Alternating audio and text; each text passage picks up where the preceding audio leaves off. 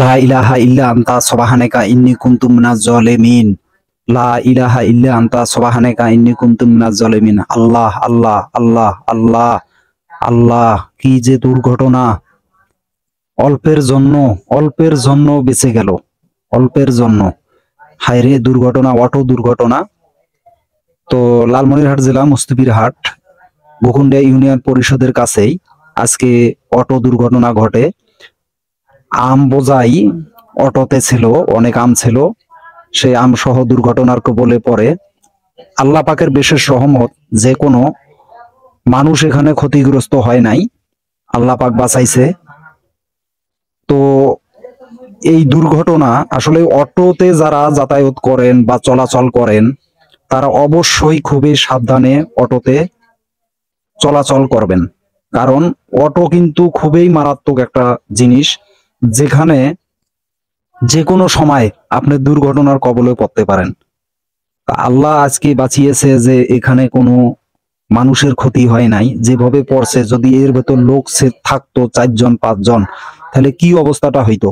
একটা দুর্ঘটনা হইতে পারতো, হাত পা ভাঙতে পারতো, মারা যদি নাও যেত, তারপরে তো হাত ঠ্যাং এগুলো তো মনে করেন যে ভাঙতে পারতো। কিন্তু আল্লাহ পাক বাঁচিয়েছেন সবাইকে। ড্রাইভারেরও বেশি একটা ক্ষতি হয় নাই, যে আম বোঝাই ছিল, এই হলো অবস্থা। তো আসলেই অটোতে আমি বরাবরই এর আগেও কয়েকবার বলেছি যে অটোতে মানে যারা যাতায়াত করেন তারা অবশ্যই খুবই সাবধানে যাতায়াত করবেন।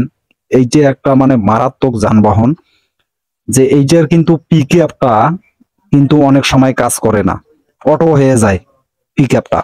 এই কারণে হলো সমস্যা, যে যখন আপনি ব্রেক ধরবেন, ব্রেক ধরলেও কিন্তু অনেক সময় ব্রেকে কাজ করে না, ওই যে পিকআপটা অটো হয়ে যায়। আবার ভালোও আছে, সব সময় না, হঠাৎ হঠাৎ দেখবেন এই সমস্যাটা তৈরি হয়ে যায়। তো এই কারণেই অবশ্যই যারা অটো ব্যবহার করেন তারা অবশ্যই সাবধানে অটোতে যাতায়াত করবেন। তো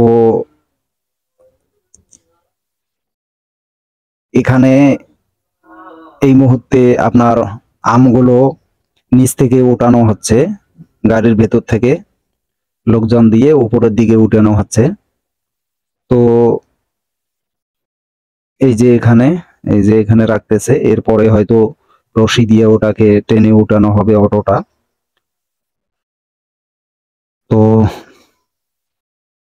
অটো ড্রাইভার ব্যস্ত মানুষ, কথা বলতে পারি নাই, তার সঙ্গে কথা বলতে চাইছিলাম, কিন্তু তার মন মানসিকতা খারাপ দেখে আসলে আমরা করতে পারি নাই, তার সাথে কথা বলতে পারি নাই। তিনি একটু বিজি, ব্যস্ত। দেখেন কি অবস্থাটা! একটা বাসে চাপ দিছিল বিশ্ব রোডের কাছে, মানে ছিল ওই বাসে আর কি, এক সাইড দিয়ে আসতেছে, উনি এক সাইড দিয়ে যাচ্ছে, তখন বাসে চাপ দেওয়ার কারণেই এই দুর্ঘটনা ঘটে। ভিডিওটা শেয়ার করে সবাইকে সতর্ক করুন।